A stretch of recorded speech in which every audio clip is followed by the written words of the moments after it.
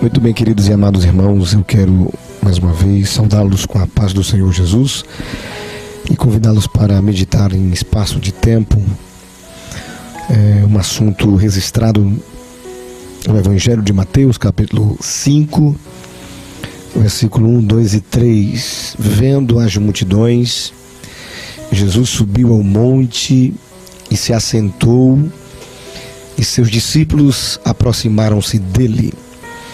E ele começou a ensiná-los, dizendo: Bem-aventurados pobres em espírito, pois deles é o reino dos céus.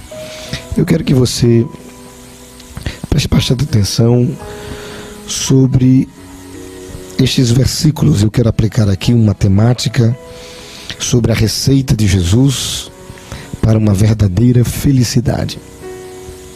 Jesus é o maior pregador que já existiu. E esse texto aqui, ele abre-nos o que nós chamamos de o Sermão do Monte. E o Sermão do Monte, onde Jesus estava dando aqui uma mensagem que ficaria marcada aos seus discípulos e a seus ouvintes. O próprio Cristo, ele é a palavra encarnada, ele é a verdade. E suas palavras são oráculos, suas obras, milagres, sua vida é modelo para todos nós. Sua morte, um sacrifício. E enquanto nós não podemos conhecer todas as faces dos ouvintes, Jesus conhece todos os homens a qual ele se dirige. Jesus, além de ser o maior pregador, Jesus também prega sobre a verdadeira felicidade. E sabemos que o homem, ele é obcecado por prazer. O hedonismo, que é uma expressão que significa o prazer pelo prazer, o homem busca desesperadamente. O que rege a sua vida é o prazer. A grande questão é: onde está esse prazer? Será que estão nas coisas externas? Será que está no dinheiro, no sucesso, na cultura, no sexo, na diversão? Salomão, ele buscou a felicidade na bebida, buscou a felicidade na riqueza, buscou a felicidade no sexo, na fama, e viu que tudo isso era vaidade. Certo escritor por nome de John Piper, ele disse que o problema não é a busca do prazer, mas o contentamento com um prazer terreno, um prazer carnal, raso, passageiro. Deus nos criou, queridos ouvintes, para o prazer. Mas a busca da felicidade, ela é legítima. Mas o verdadeiro prazer está em Deus. O fim principal do homem é glorificar a Deus e gozá-lo para sempre. Certo homem na história disse: Senhor, tu nos criastes para ti, e a nossa alma não encontrará descanso até se repousar em ti. A verdadeira felicidade é um grande paradoxo aos olhos do mundo. A verdadeira felicidade é abraçar o que o mundo repudia e repudiar o que o mundo aplaude.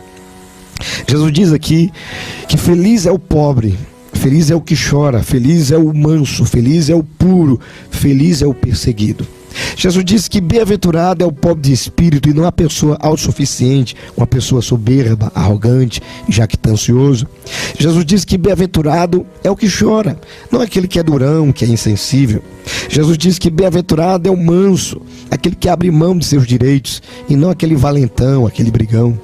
Jesus diz que bem-aventurado é o pacificador, aquele que não apenas evita contendas, mas busca apaziguar os ânimos exaltados. Jesus diz que bem-aventurado é o puro de coração, não aqueles que se banqueteiam com todos os prazeres deste mundo. Jesus diz que bem-aventurado é o perseguido por causa da justiça, e não aquele que procura levar vantagem em tudo na vida. Jesus diz que quem ganha a sua vida a perde, mas aquele que a perde, esse o ganha. Jesus disse que quem é humilde será exaltado. Veja o contraste que há aos olhos do mundo a verdadeira felicidade. A verdadeira felicidade, ela não está centrada em coisas externas, mas nas coisas internas.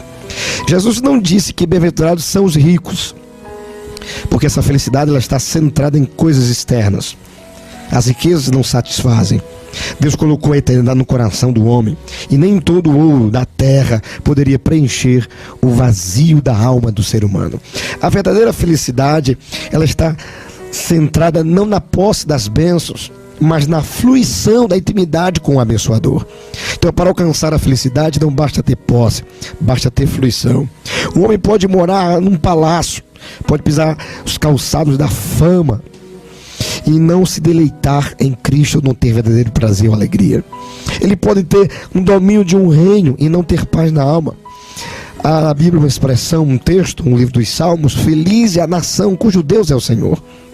A verdadeira felicidade é deleitar-se em Deus, é alegrar-se com o sorriso de Deus, é beber dos rios dos prazeres de Deus. A verdadeira felicidade consiste em desfrutar da plenitude de Deus, porque Deus é o sol, Ele é o escudo, Ele é a herança, Ele é a fonte, Ele é a rocha, Ele é a alegria e Ele é a esperança de todo ser humano. A verdadeira felicidade consiste em tomar posse da bem-aventurança agora e também na eternidade.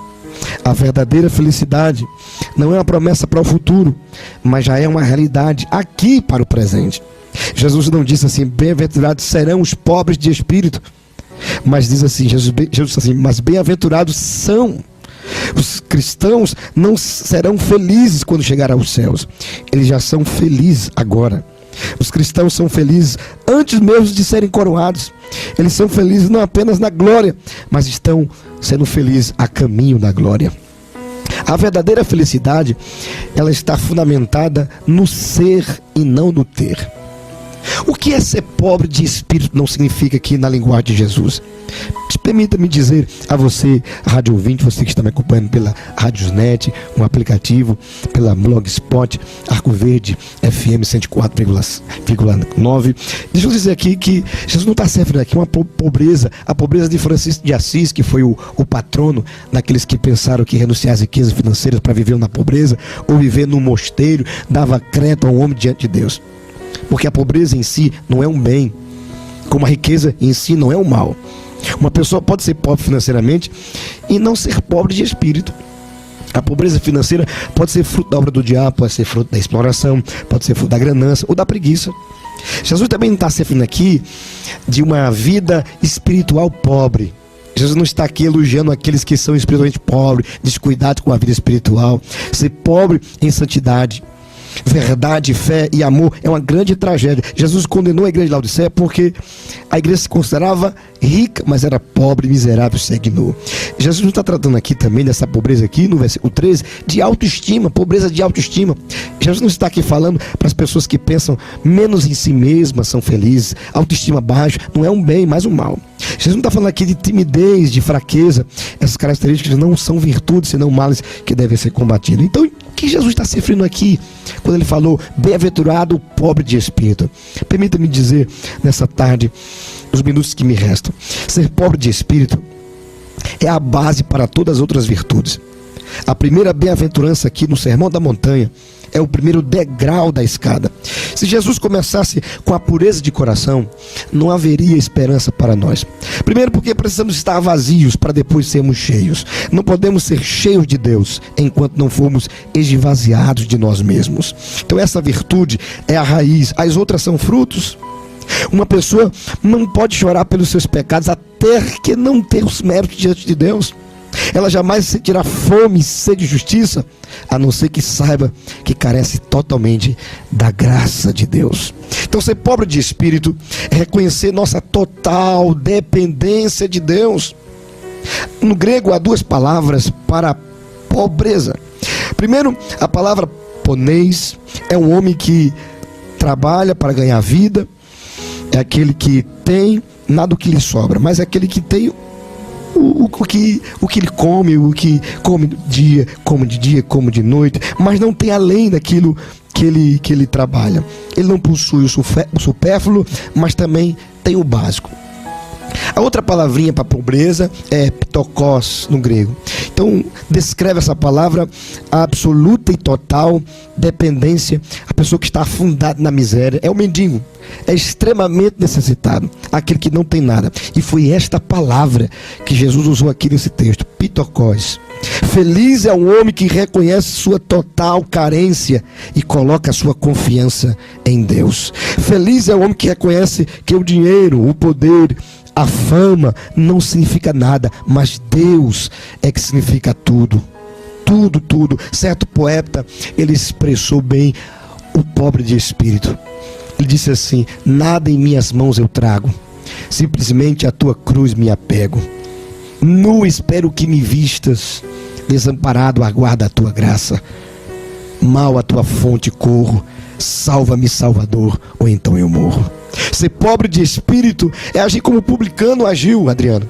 Senhor, sei propício a mim, miserável pecador. Como João Calvino disse certa feita, só aquele que em si mesmo for reduzido a nada repousa na misericórdia de Deus. Isso é ser pobre de espírito. Veja o que Moisés disse na sua expressão lá no Êxodo: Senhor, quem sou eu? Eu não sei falar. Veja o que disse Isaías: ai de mim, eu estou perdido. Pedro gritou: Senhor, afaste de mim porque sou um pecador. Paulo exclamou: miserável homem quem sou. Então ser pobre de espírito é expor suas feridas ao óleo do divino médico. Se uma pessoa não é pobre de espírito, ela não acha sabor no pão do céu, não sente sede da água da vida. Ela vai pisar nas riquezas da graça. Ela não vai jamais desejar a redenção, nem ter prazer na santificação. Ser pobre de espírito é a nossa verdadeira riqueza. A riqueza de Cristo só pode ser apropriada pelos pobres de espírito. Há aqueles que pensam que se pudessem encher suas contas bancárias com ouros, seriam ricos. Mas aqueles que são pobres de espíritos, esses é que de fato são ricos. Quão pobres são aqueles que pensam que são ricos. Jesus disse para a igreja rica de Laodiceia: você é pobre, você é miserável. Mas Jesus disse para a igreja pobre de Esmirna: conheço a tua pobreza, mas tu és rica. Então por que devemos ser pobres de espírito? Então ser pobre de espírito é a joia que todo cristão deve usar. Por quê? Porque o primeiro homem se torna pobre de espírito, depois Deus lhe enche da sua graça. Enquanto você, querido ouvinte, não for pobre de espírito, jamais Cristo será precioso para você. Enquanto não enxergarmos nossa própria miséria e mazelas, jamais veremos a riqueza que temos em Cristo. Enquanto você não perceber que está perdido, jamais você buscará refúgio em Cristo. Enquanto não enxergar a feiura do teu pecado, jamais você vai desejar o perdão e a graça de Cristo. Enquanto você não for pobre de espírito, você não estará pronto para receber a graça de Deus. Aqueles que abrigam sentimentos de autossuficiência e sentem saciados, jamais terão sede de Deus. Aqueles que se sentem cheios de si mesmos, jamais poderão ser cheios de Deus. Aqueles que pensam que estão sãos, jamais buscarão o médico por excelência. Aqueles que pensam que têm méritos, jamais desejarão ser cobertos pela justiça de Cristo. Enquanto você não for pobre de espírito, você não pode ir para os céus, porque o reino de Deus pertence aos pobres de espírito. A porta do céu é estreita, e aqueles que se consideram grandes aos seus olhos, orgulhosos, esse jamais pode se curvar e entrar nessa porta estreita. Então, como podemos ser pobres de espírito? Primeiro, quando toda a nossa base da aceitação por Deus está nos méritos de Cristo. Tudo que somos e temos é pelos méritos de Cristo.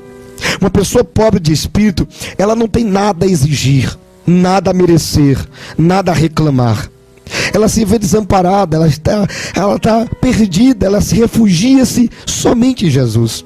Ela não tem descanso para a alma até estar firmada na rocha que é Cristo. Ela não busca nenhum outro tesouro, ou nenhum outro bem, ou outra experiência, a não ser em Jesus. Ela está completamente satisfeita em Cristo.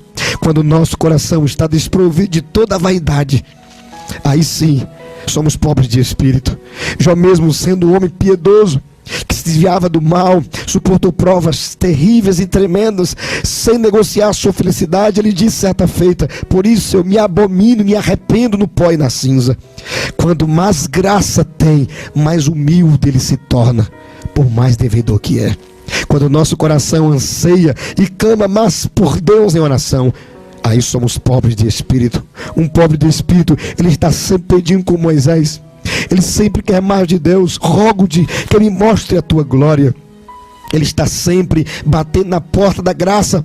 Ele está sempre se derramando em lágrimas no altar de Cristo e arrependido constantemente pelos pecados cometidos. Eu te mostro aqui alguns motivos para sermos pobres de espírito. Ser pobre de espírito é nossa riqueza. Você pode possuir as riquezas deste mundo e ser pobre, mas você não pode ter essa pobreza de espírito sem ser rico. O pobre de espírito é aquele que se prepara para receber toda a riqueza que Cristo lhe proporciona. Ser pobre de espírito é a nossa maior nobreza. Se você é pobre de espírito, então Deus olha para você como uma pessoa de honra. Aquele que é pobre aos seus próprios olhos é precioso aos olhos de Deus. Quanto mais você se humilha, mais Deus te exalta. Ser pobre de espírito aquieta a nossa alma. Então pode dizer como salmista: eu sou pobre, necessitado, mas olha a última expressão: mas Deus cuida de mim. A verdadeira felicidade é a recompensa para o presente e para o futuro. A posse do reino de Deus é algo presente e também para o futuro. Jesus disse assim: bem-aventurados os pobres de espírito, porque dos tais é o reino dos céus. Ele não disse porque dos tais será o reino dos céus no futuro. Ele conjugou no presente já. A felicidade não é para ser desfrutada apenas nos céus, mas agora estamos no caminho, estamos indo para a glória. O povo de Deus deve ser o povo mais feliz da terra. Feliz és tu, ó Israel. Quem é como tu, povo salvo pelo Senhor, escudo que te socorre, espada que lhe dá alteza. A pobreza de espírito está conectada com a posse do reino mais glorioso de todos os tronos da terra. A palavra aqui, Macários, bem-aventurança, alegria, é a felicidade permanente, que não sofre variações. É uma alegria que não se pode ser destruída pelas circunstâncias da vida. Jesus disse certa feita: a vossa alegria ninguém poderá tirar. É a felicidade que existe na dor.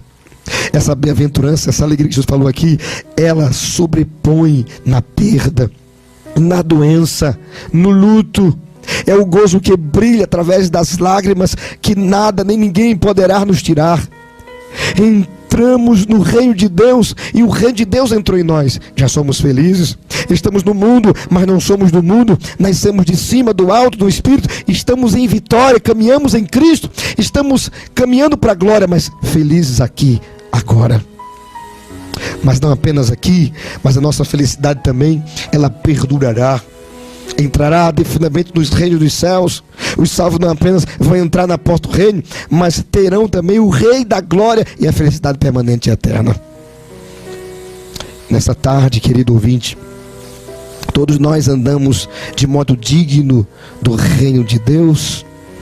Eu te pergunto: você está andando de modo que o Rei lhe exige, lhe cobra? Temos vivido de modo compatível com aqueles que vão assentar nos tronos? Temos resplandecido a glória de Deus em nós? Seu coração está vazio de vaidades? Está sedento pelas coisas dos céus? Você já abriu mão de tudo para se derramar aos pés do Salvador? No tempo de Cristo, quem entrou no reino de Deus não foram os fariseus, que se consideravam ricos aos seus próprios olhos, com seus próprios méritos, nem os zelotes, que sonhavam com o estabelecimento do reino através de sangue de espada. Mas sabe quem entrou no reino de Deus? Foram os publicanos, as prostitutas, o refúgio da sociedade humana, que sabiam que eram tão pobres que não tinham nada para oferecer nem receber. Tudo que podia fazer era só clamar por misericórdia ao Filho de Davi. Que nessa tarde possamos entender que a verdadeira felicidade está em Cristo, e sermos pobres de espírito é o primeiro degrau dessa escada para chegarmos na glória. Que Deus te abençoe, que Deus te ajude, em nome de Jesus.